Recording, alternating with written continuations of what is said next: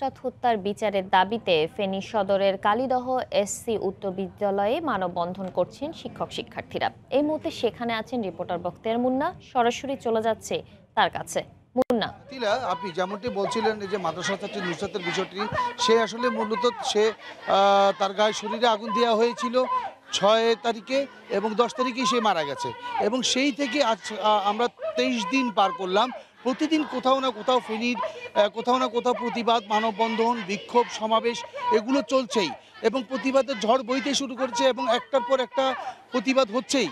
এবং ফেনীতে যেমন আজকে আমরা এখন এই মুহূর্তে রয়েছি ফেনী সদর উপজেলার কালিদহ ইউনিয়নের এসসি উচ্চ বিদ্যালয় এবং সরকারি প্রাথমিক বিদ্যালয় যেটি রয়েছে, এখানকার শিক্ষার্থীরা প্রায় আমার মনে হচ্ছে ২ কিলোমিটার রাস্তার দুই পাশে দাঁড়িয়ে ওনারা মানববন্ধন করছেন এবং তারা দাবি করছেন যে যারা এই ঘটনার সাথে সম্পৃক্ত একটা মানুষও যেন একটা অপরাধীও যেন বাইরে না থাকে, আইনের আমলে নেওয়া হয় এবং যেই ওসি এই ঘটনাটাকে আত্মহত্যা বলে চালানোর চেষ্টা করেছিল তারকেও যেন শাস্তি দেওয়া হয়, এমনটা এখানকার মানে এখানকার যারা শিক্ষার্থী আজকে মানববন্ধন করছে তারা বলছে।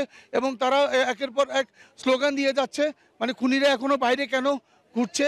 তো আর এর মধ্যে বিচারে আরেকটা কথা বলে রাখি, এর মধ্যে আজকে কিছুক্ষণ পরে আমরা যেটা জানতে পেরেছি পুলিশ সদর দপ্তরের যেই একটি তদন্ত কমিটি গঠন করা হয়েছে, তদন্ত কমিটির ২ জন সদস্য এর মধ্যেই সোনাগাজীতে আবার নতুন করে তদন্ত করছেন এবং ওসি এই যে ঘটনাটাকে আত্মহত্যা বলে চালানোর যে চেষ্টা করেছিল সেই বিষয়টি তদন্ত করার জন্য এখানকার স্থানীয় সাংবাদিক এবং স্থানীয় ইউনিয়ন পরিষদের চেয়ারম্যান যারা রয়েছেন তাদের সাথে কথা বলবেন বলে আমরা যতটুকু জেনেছি।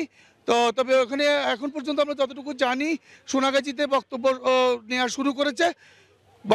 শুরু করেছে এবং ওসির যে গাফিলতি ছিল এবং তিনি যে ঘটনাটাকে আত্মহত্যা বলে চালানোর চেষ্টা করেছিল সেই বিষয়টিতে তদন্ত করা হচ্ছে এবং সেটাতে যদি প্রমাণিত হয় ওসির বিরুদ্ধে ব্যবস্থা নেওয়া হবে বলে আমাদেরকে আগে তদন্ত কমিটি দলে যারা এসেছিলেন কর্মকর্তা সিনিয়র আমাদেরকে বলেছিলেন। তো এই ছিল আমার কাছে সর্বশেষ। সাতিলা, ফেনীতে নুসরাত জাহান রাফি হত্যাকাণ্ডের প্রতিবাদে মানববন্ধন ও বিক্ষোভ সমাবেশ করেছে শিক্ষক ও শিক্ষার্থীরা। সেই খবর আমাদেরকে জানাচ্ছিলেন সহকর্মী বখতিয়ার মুন্না।